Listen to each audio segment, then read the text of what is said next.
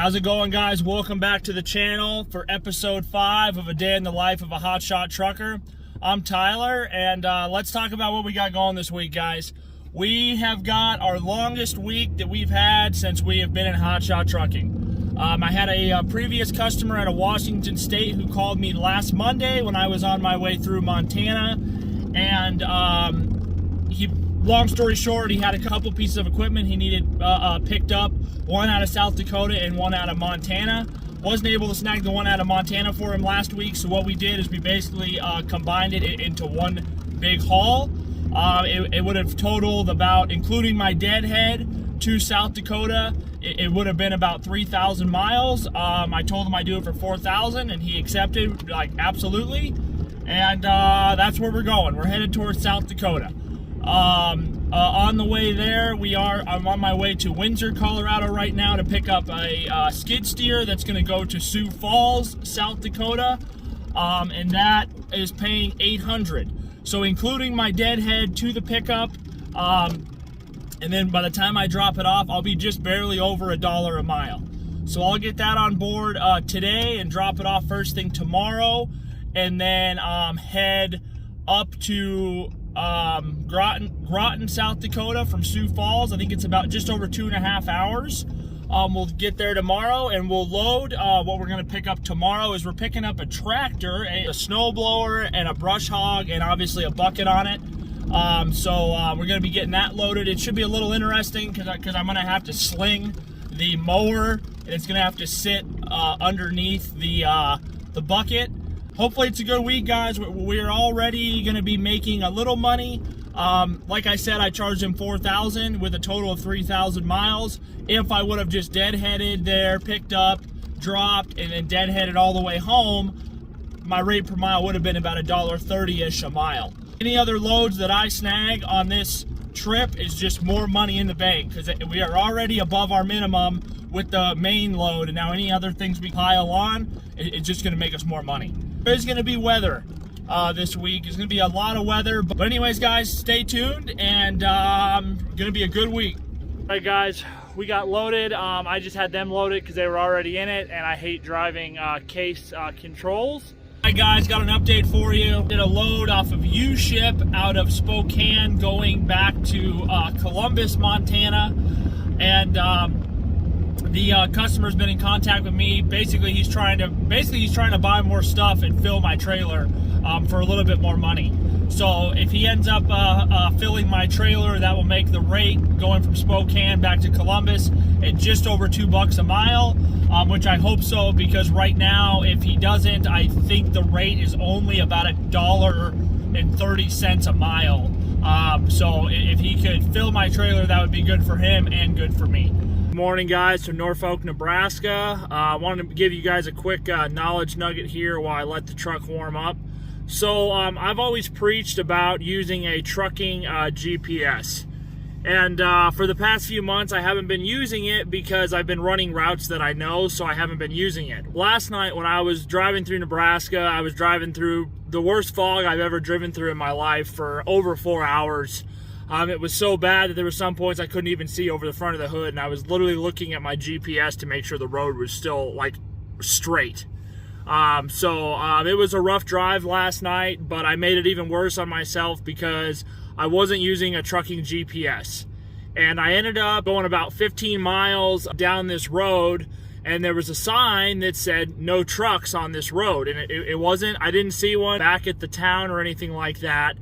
And so I was like, well, that's kind of weird, but you know, most of the time when it says no trucks, that's just because it's too heavy for semis, because I'm only 13 tons fully loaded. Well, lo and behold, there was a bridge that was under construction that only had a weight limit of 5 tons. So I had to find a spot. Thankfully, it wasn't like out of nowhere. I had to find a spot to turn around in fog I couldn't even see in, which was an absolute nightmare. And then I had to turn around and drive 15 miles back to the town I was just at, and then I had to take a route all the way around, which ended up costing me an extra hour of time that could have been prevented if I would have just used my trucking GPS. Guys, I've said it before, and I'm guilty of not doing it last night, and it burned me real bad. use a trucking GPS, guys, because stuff like that, you can get into a bind where not only you might not be able to get out of it, but you can get some hefty fines. And if you're running routes that you know, like what I usually do, it's fine because you know where you're going. But when you're running new routes, put on that trucking GPS, because you do not want to get in a bind like I was last night with heavy fog, couldn't see anything, and it ended up adding almost an hour to my night, which was just all could have been prevented if I would have just followed the trucking GPS. So guys, learn from my mistakes, don't make those mistakes, and yeah, let's keep moving. Guys, we got her here. It's raining, which is bizarre, but we got her here, and he's driving it off for me. Then we'll head north up to Groton. There we go, not my problem anymore. All right, guys, we finally made it here to Groton, South Dakota. I've been dealing with freezing rain all day, sleet, and all that jazz. It's been a nightmare getting here, but we're here. This is about to be it's gonna be a bad time. So, yeah, hope you guys enjoy. Hopefully everything goes smooth and we can get out of here pretty quickly. All right, guys, let's go ahead and go over my plan here. I'm going to sling this up as I drive up is the plan. We got a single chain here in the front, and then this minty guy was nice enough to leave me these two on the back. We got like 3 chains here, so we basically have all the safety. So we should be good.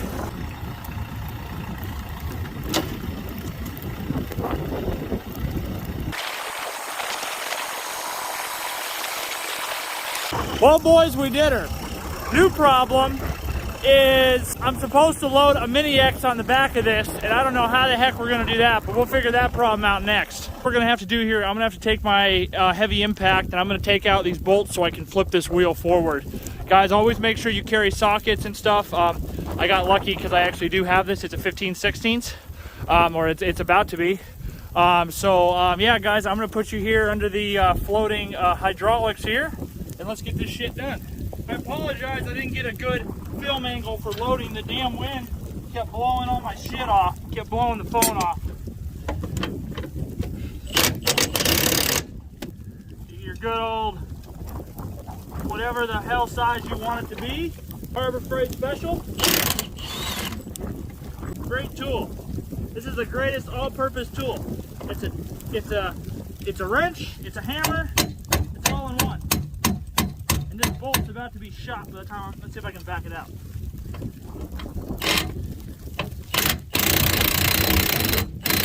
Oh yeah, that sounds nice.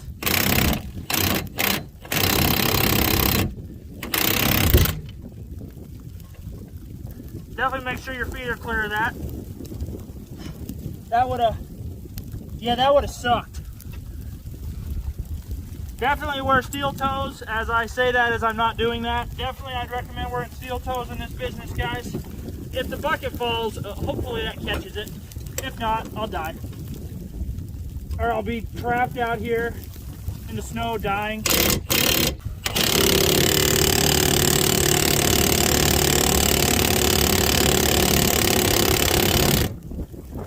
Guys, if you don't own a Milwaukee like this, I'd highly recommend investing in it. I'm going to use the tractor to persuade this into where I want it.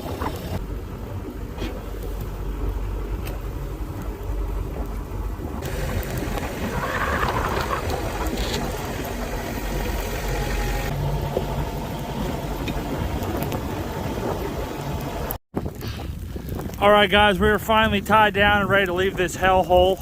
I'm soaked. And so let's go over this. I ran a 1/4-inch chain across the bucket that's tied down on that side. I ran a strap over that, over the brush hog. Standard 4-point tie down as best I could. I ran a chain across the back here, or the front of the implement, and then I ran a strap over the snowblower. So I'm gonna have to load, it's a Caterpillar 300.9, the smallest Mini X that Caterpillar makes. I'm gonna put that sucker right in the middle of the snowblower. If I have to lock the ramps up, I can, and hopefully the locking bar doesn't do the delete. So yeah, so let's finally hit the road and get out of here and drive in snow. The drive after Groton has been very slow going. It's been roads just like this for about the last hour and a half. I got about another hour and a half of driving. As you can see, I have like almost no visibility, and yeah, just cruising slow, guys. So keep you guys updated. Hopefully we make it there. All right, guys, good morning here from Mobridge, South Dakota. We made it last night. It was an absolute shit show. There were some parts where the drifts were so tall, I was literally pushing them with my front bumper. It looks like we are going to fall short of making it to Great Falls today. I think we're going to be lucky to make it to Billings today, and then we'll load in Great Falls tomorrow is the plan, but we'll see what happens. And you know, guys, it is what it is. I mean, there's nothing you can do about it. It's just going to be a slow going week. I knew that. So yeah, we're getting ready to take off here. All right, guys, getting some fuel here in Lemon, South Dakota. Make sure during the winter that you always keep your diesel tank full, especially if the weather's bad and the road conditions are bad, because if something happens, like you run off the road or the road's closed and you got to sit there and run your truck in your heat to stay alive, you're going to want more fuel than less fuel. So always keep your tanks full, guys, during the winter. All right, guys, good morning. We are on the way to Great Falls. I left Billings this morning at about 4:45 a.m. We'll update you guys when we're getting loaded in Great Falls. Oh yeah, this is fucking safe.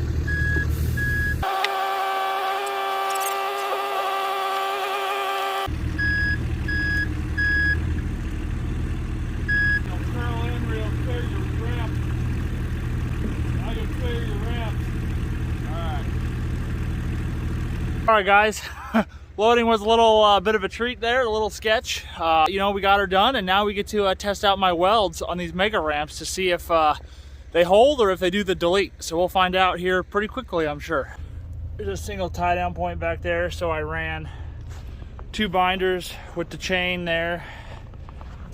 I did 1 across the implement, and then I did 1 pulling on the front of the blade that way and 1 pulling on the front of the blade that way. And then just to be extra safe, I threw in this belly band chain here, hooking the blade, because I didn't like how this was sitting, so I figured give myself extra strength. And I used all my binders and basically almost all my chains. Only made it to Missoula, Montana. It is only 3 o'clock in the afternoon, but man, I have had a day and I am just absolutely spent. Essentially what happened today was we were on terrible roads all day, but then when I was on my way leaving Great Falls heading towards Missoula, I ended up going over Rogers Pass, and I hit ice like I've been hitting for 4 days, and I ended up going off the road. The trailer, the weight of the trailer, it literally pushed me off the road. Thankfully, where I went off the road, I was able to get myself back up on the road. The new plan is this. So tomorrow morning, I'll get up and I will deliver the tractor and the mini excavator to the customer in Spokane. He's a super cool guy. He completely was very understandable. Everything was good and groovy. After that, the load I was supposed to pick up from Spokane going back to Columbus, Montana is now up in the air. Well, not only did the load go from the guy wanted a full trailer to now we're back to just a single item for like $1.20 a mile, but now because I'm going to have to do my 34-hour reset in Spokane because I'm going to run out of hours for the week. So now we have the problem of I cannot get that cargo to him until no earlier than Sunday afternoon. It's impossible.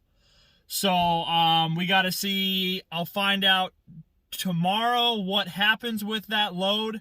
Not a fan of this winter hell hauling. Incredibly exhausting, incredibly frustrating, and incredibly dangerous. So, but anyways, guys, I'll update you tomorrow when we get to the drop site for the cargo on board.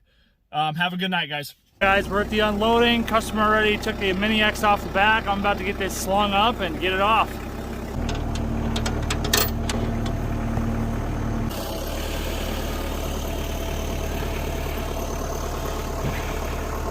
Alright guys, he is backing this sucker off.